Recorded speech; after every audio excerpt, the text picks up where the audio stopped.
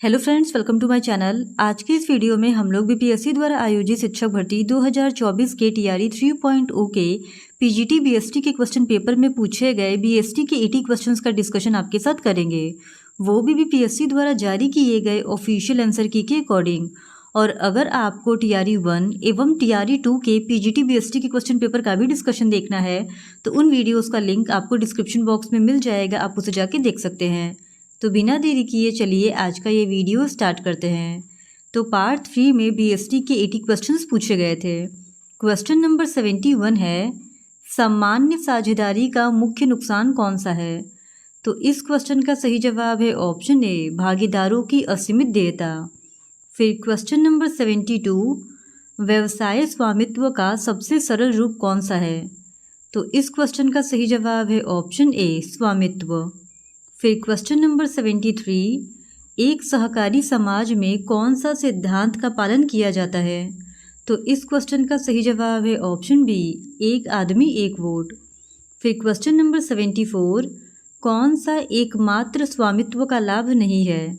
तो इस क्वेश्चन का सही जवाब है ऑप्शन ए, बाद में अपने कानूनी ढांचे को बदलना मुश्किल है। फिर क्वेश्चन नंबर 75, कौन सा प्राइवेट लिमिटेड कंपनी के नुकसान नहीं है? तो इस क्वेश्चन का सही जवाब है ऑप्शन ए, पूंजी जुटाने में आसानी। फिर क्वेश्चन नंबर 76, डैश के मामले में पंजीकरण अनिवार्य है? तो इस क्वेश्चन का सही जवाब है ऑप्शन सी, कंपनी। फिर क्वेश्चन नंबर 77, एक डैश वह व्यक्ति है जो व्यवसाय के लिए कुछ पूंजी प्रदान करता है लेकिन व्यवसाय के प्रबंधन में सक्रिय भाग नहीं लेता है। तो इस क्वेश्चन का सही जवाब है ऑप्शन बी, सोते हुए साथी। फिर क्वेश्चन नंबर 78, निम्नलिखित में से कौन अप्रत्यक्ष कर नहीं है? तो इस क्वेश्चन का सही जवाब है ऑप्शन डी, आयकर। फिर क्वेश्चन नंबर 79, एक भागीदार जो साझेदारी फर्म को अपने नाम का उपयोग करने की अनुमति देता है लेकिन किसी भी पूंजी का योगदान नहीं करता है या व्यवसाय के प्रबंधन और मामलों में भाग नहीं लेता है। तो इस क्वेश्चन का सही जवाब है ऑप्शन सी, नाम मात्र का साथी। फिर क्वेश्चन नंबर 80, एक डैश भागीदार एक निवेशित व्यक्ति है जो साझेदारी के दैनिक संचालन में शामिल है। तो इस क्वेश्चन का सही जवाब है ऑप्शन ई, सक्रिय साथी। फिर क्वेश्चन नंबर 81, भारतीय बीमा नियामक और विकास प्राधिकरण की स्थापना वर्ष में की गई थी? तो इस क्वेश्चन का सही जवाब है ऑप्शन बी, 1999 में। फिर question number 82, public limited company के पंजीकरण के लिए आवश्यकताएं? तो इस क्वेश्चन का सही जवाब है ऑप्शन बी, न्यूनतम 7 शेयर धारक। फिर क्वेश्चन नंबर 83, एक निजी कंपनी के सदस्यों की न्यूनतम संख्या क्या होनी चाहिए? तो इस क्वेश्चन का सही जवाब है ऑप्शन बी, 2। फिर क्वेश्चन नंबर 84, इक्विटी शेयर क्या है? तो इस क्वेश्चन का सही जवाब है ऑप्शन ए, गैर प्रतिदेय। फिर क्वेश्चन नंबर 85, डैश जिसे आमतौर पर साधारण शेयर के रूप में जाना जाता है एक आंशिक स्वामित्व है जहां प्रत्येक सदस्य एक आंशिक मालिक है और एक व्यापारिक चिंता से संबंधित अधिकतम उद्यमशीलता दायित्व की शुरुआत करता है। तो इस क्वेश्चन का सही जवाब है ऑप्शन सी, इक्विटी शेयर। फिर क्वेश्चन नंबर 86, इक्विटी शेयरों में निवेश क्या है? तो इस क्वेश्चन का सही जवाब है ऑप्शन सी, सबसे अधिक जोखिम वाला। फिर क्वेश्चन नंबर 87, शेयर वारंट किस कंपनी द्वारा जारी किए जाते हैं? तो इस क्वेश्चन का सही जवाब है option D, public limited company. फिर क्वेश्चन नंबर 88, निम्न में से कौन सा अल्पकालिक वित्त है? तो इस क्वेश्चन का सही जवाब है ऑप्शन बी, बैंक ओवरड्राफ्ट। फिर क्वेश्चन नंबर 89, भारत में पहला स्टॉक एक्सचेंज कहाँ स्थापित किया गया था? तो इस क्वेश्चन का सही जवाब है ऑप्शन सी, बॉम्बे। फिर क्वेश्चन नंबर 90, शुद्ध लाभ क्या है? तो इस क्वेश्चन का सही जवाब है ऑप्शन ई, एक निश्चित अवधि में सभी परिचालन, ब्याज और कर खर्चों को घटाने के बाद आपके व्यवसाय द्वारा अर्जित धन की राशि। फिर क्वेश्चन नंबर 91, एक सदस्य सहकारी समिति से इस्तीफा कैसे दे सकता है? तो इस क्वेश्चन का सही जवाब है ऑप्शन ए, अपनी पूंजी निकालना। फिर question number 92, public limited company के पंजीकरण के लिए आवश्यकताएं? तो इस क्वेश्चन का सही जवाब है option A, public limited company बनाने के लिए न्यूनतम 3 निदेशकों की आवश्यकता होती है। फिर क्वेश्चन नंबर 93, व्यापार और विकास पर संयुक्त राष्ट्र सम्मेलन का मुख्यालय कहाँ है? तो इस क्वेश्चन का सही जवाब है ऑप्शन बी, जिनेवा, स्विट्जरलैंड।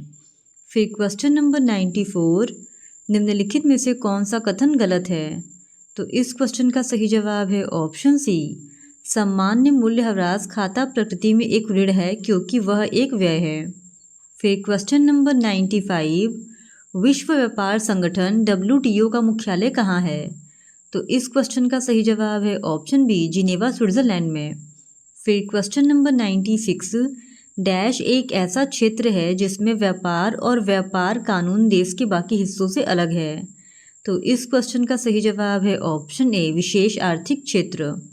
फिर क्वेश्चन नंबर 97, भारत निर्यात को बढ़ावा देने में निर्यात प्रसंस्करण क्षेत्र EPZ मॉडल की प्रभावशीलता को पहचानने वाले एशिया के पहले देशों में से एक था, जिसमें एशिया का पहला EPZ कहाँ है?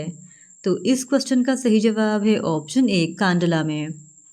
फिर क्वेश्चन नंबर 98, विश्व व्यापार संगठन की स्थापना डैश को हुई थी? तो इस क्वेश्चन का सही जवाब है ऑप्शन बी, 1 जनवरी 1995 को। फिर क्वेश्चन नंबर 99, विश्व व्यापार संगठन के कितने सदस्य हैं? तो इस क्वेश्चन का सही जवाब है ऑप्शन बी, 164। फिर क्वेश्चन नंबर 100, किस देश का भारत के साथ द्विपक्षीय व्यापार समझौता नहीं है? तो इस क्वेश्चन का सही जवाब है ऑप्शन डी, पाकिस्तान। फिर क्वेश्चन नंबर 101, डैश बौद्धिक संपदा के उपयोग के अधिकार प्रदान करने पर केंद्रित है? तो इस क्वेश्चन का सही जवाब है ऑप्शन बी, लाइसेंसिंग। फिर क्वेश्चन नंबर 102, निम्नलिखित में से कौन बीमा का सिद्धांत नहीं है? तो इस क्वेश्चन का सही जवाब है ऑप्शन ई, हानि अधिकतमकरण। फिर क्वेश्चन नंबर 103, निम्नलिखित में से कौन सा दस्तावेज वस्तुओं के निर्यात के लिए नहीं है? तो इस क्वेश्चन का सही जवाब है option A, cargo release order. फिर क्वेश्चन नंबर 104, डैश तब होता है जब एक कंपनी एक विशिष्ट समय सीमा में घटकों या उत्पादों का उत्पादन करने के लिए दूसरों के साथ सहमत होती है? तो इस क्वेश्चन का सही जवाब है ऑप्शन बी, कॉन्ट्रैक्ट मैन्युफैक्चरिंग। फिर क्वेश्चन नंबर 105, कौन सा कुटीर उद्योग का उदाहरण नहीं है? तो इस क्वेश्चन का सही जवाब है ऑप्शन डी, मत्स्य पालन। फिर क्वेश्चन नंबर 106, किस प्रकार का खुदरा विक्रेता अपने ग्राहकों का डोर टू डोर सेवाएं प्रदान करता है? तो इस क्वेश्चन का सही जवाब है ऑप्शन सी, फेरी वाले और फेरी वाले। फिर क्वेश्चन नंबर 107, मधुबनी कला बिहार के किस क्षेत्र से है? तो इस क्वेश्चन का सही जवाब है ऑप्शन सी, मिथिला क्षेत्र। फिर क्वेश्चन नंबर 108, जो वाणिज्यिक बैंक का प्राथमिक कार्य नहीं है? तो इस क्वेश्चन का सही जवाब है ऑप्शन ए, मुद्रा जारी करना। फिर क्वेश्चन नंबर 109, प्रत्येक कंपनी जिसे CSR प्रावधानों का पालन करने की आवश्यकता है उसे? तो इस क्वेश्चन का सही जवाब है ऑप्शन ए, CSR नीति के अनुसार पिछले 3 वर्षों के दौरान किए गए औसत शुद्ध लाभ का 2%। फिर क्वेश्चन नंबर 110, MRP का अर्थ क्या है? तो इस क्वेश्चन का सही जवाब है ऑप्शन ए, अधिकतम खुदरा मूल्य। फिर क्वेश्चन नंबर 111, ई-टेलिंग का अर्थ है? तो इस क्वेश्चन का सही जवाब है ऑप्शन सी, इलेक्ट्रॉनिक रिटेलिंग। फिर क्वेश्चन नंबर 112, जो प्रबंधन का कार्य नहीं है? तो इस क्वेश्चन का सही जवाब है ऑप्शन ई, व्यापार। फिर क्वेश्चन नंबर 113, उद्योग मानक के अनुसार आदर्श वर्तमान अनुपात है? तो इस क्वेश्चन का सही जवाब है ऑप्शन सी, 2:1। फिर क्वेश्चन नंबर 114, डैश अपेक्षाकृत संकीर्ण श्रेणी के भीतर ब्रांडों, शैलियों या मॉडलों का एक गहरा वर्गीकरण करके अपने नाम के लिए सही है? तो इस क्वेश्चन का सही जवाब है ऑप्शन बी, स्पेशलिटी स्टोर। फिर क्वेश्चन नंबर 115, डैश गरीबों को क्रेडिट एक्सेस देने में महत्वपूर्ण भूमिका निभाता है और यह गरीबी उन्मूलन में बेहद महत्वपूर्ण है? तो इस क्वेश्चन का सही जवाब है ऑप्शन डी, SHG यानी सेल्फ हेल्प ग्रुप। फिर क्वेश्चन नंबर 116, निम्नलिखित में से किसे व्यवसाय के उद्देश्य के रूप में वर्गीकृत नहीं किया जा सकता है? तो तो इस क्वेश्चन का सही जवाब है ऑप्शन ए निवेश। फिर क्वेश्चन नंबर 117, आरबीआई की स्थापना डैश को हुई थी। तो इस क्वेश्चन का सही जवाब है ऑप्शन बी 1 अप्रैल 1935 को। फिर क्वेश्चन नंबर 118, भारतीय रिजर्व बैंक के वर्तमान गवर्नर। तो इस क्वेश्चन का सही जवाब है ऑप्शन बी श्री शशिकांत दास। फिर क्वेश्चन नंबर 119, भारतीय सार्वजनिक क्षेत्र का सबसे पुराना बैंक कौन सा है। तो इस क्वेश्चन का सही जवाब है ऑप्शन बी इलाहाबाद बैंक। फिर क्वेश्चन नंबर 120, एलआईसी की स्थापना किस वर्ष में हुई थी। तो इस क्वेश्चन का सही जवाब है ऑप्शन ए 1 सितंबर 1956 को। फिर क्वेश्चन नंबर 121, एग्जिम पॉलिसी को डैश के रूप में भी जाना जाता है। तो इस क्वेश्चन का सही जवाब है ऑप्शन बी विदेश व्यापार नीति। फिर क्वेश्चन नंबर 122, तृतीय क्षेत्र में शामिल है। तो इस क्वेश्चन का सही जवाब है ऑप्शन बी सेवाएं। फिर question number 123, break even point के लिए सूत्र निश्चित लागत डिवाइडेड बाय ब्रैकेट में माइनस प्रति इकाई परिवर्तनीय लागत है। तो इस क्वेश्चन का सही जवाब है ऑप्शन बी प्रति इकाई राजस्व। फिर क्वेश्चन नंबर 124, अनमोल ने 75,000 रुपये में एक साइकिल खरीदी और इन्होंने रुपये 55,000 में बेच दिया। उसके द्वारा किए गए नुकसान का प्रतिशत है। तो इस क्वेश्चन का सही जवाब है ऑप्शन डी 26.67%। फिर क्वेश्चन नंबर 125, मोनिका 1 साल की अवधि के लिए एक बैंक से 10,000 रुपये का ऋण लेती है। इसमें सालाना 10% की दर से ब्याज मिलता है। 1 वर्ष के अंत में उसे ब्याज और राशि का भुगतान करना है, इसका पता लगाइए। तो इस क्वेश्चन का सही जवाब है ऑप्शन सी 11,000। फिर क्वेश्चन नंबर 126, बिहार के किस जिले की अर्थव्यवस्था सबसे अच्छी है। तो इस क्वेश्चन का सही जवाब है ऑप्शन बी पटना। फिर क्वेश्चन नंबर 127, तुलनात्मक लाभ डैश द्वारा बनाया गया एक आर्थिक सिद्धांत है। तो इस क्वेश्चन का सही जवाब है ऑप्शन ए डेविड रिकार्डो। फिर क्वेश्चन नंबर 128, सामाजिक उत्तरदायित्व एक फर्म की मान्यता है। तो इस क्वेश्चन का सही जवाब है ऑप्शन डी सामाजिक दायित्व। फिर क्वेश्चन नंबर 129, एडीआर का अर्थ है। तो इस क्वेश्चन का सही जवाब है ऑप्शन बी अमेरिकी डिपॉजिटरी रसीदें। फिर क्वेश्चन नंबर 130, इनमें से कौन हेनरी फेयोल द्वारा दिया गया एक सिद्धांत नहीं है। तो इस क्वेश्चन का सही जवाब है ऑप्शन बी आत्मसम्मान। फिर क्वेश्चन नंबर 131, वैज्ञानिक प्रबंधन साइंटिफिक मैनेजमेंट के जनक हैं। तो इस क्वेश्चन का सही जवाब है ऑप्शन ए एफ.डब्ल्यू. टेलर। फिर क्वेश्चन नंबर 132, जो तरलता अनुपात का एक प्रकार नहीं है।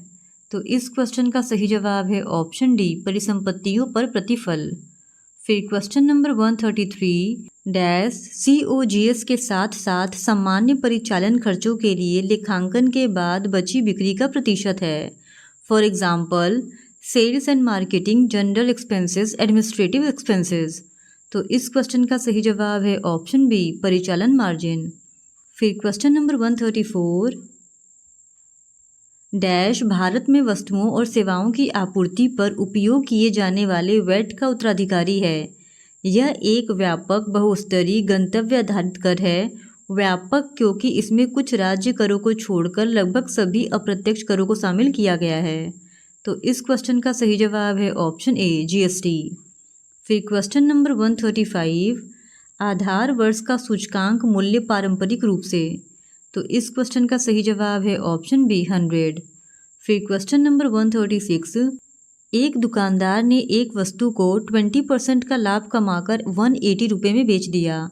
यदि दुकानदार निर्धारित मूल्य पर 30 रुपये की छूट की पेशकश करता है तो चिन्हित प्रतिशत क्या है।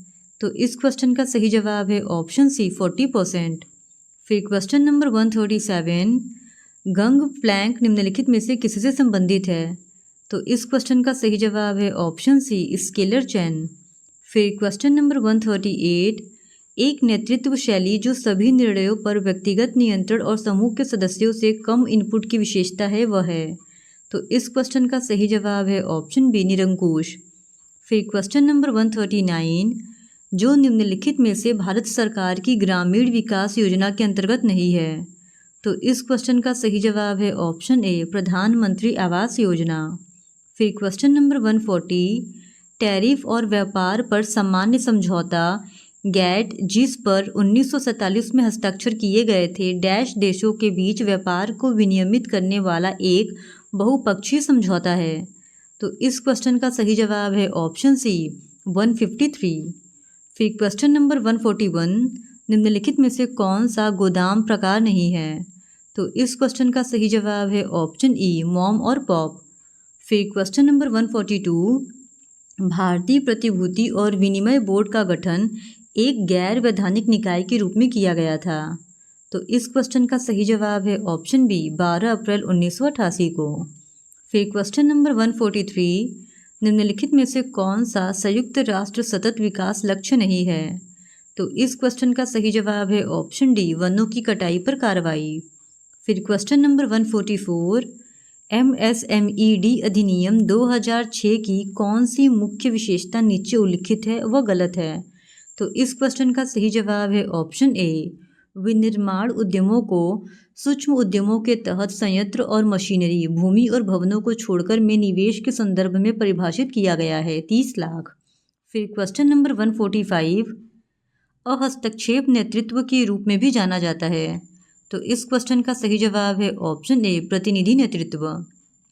फिर क्वेश्चन नंबर 146, महत्वपूर्ण गुणों के अनुसार अनुपात का घटाव। तो इस क्वेश्चन का सही जवाब है ऑप्शन बी, यदि A:B = C:D तो A-C:B-D।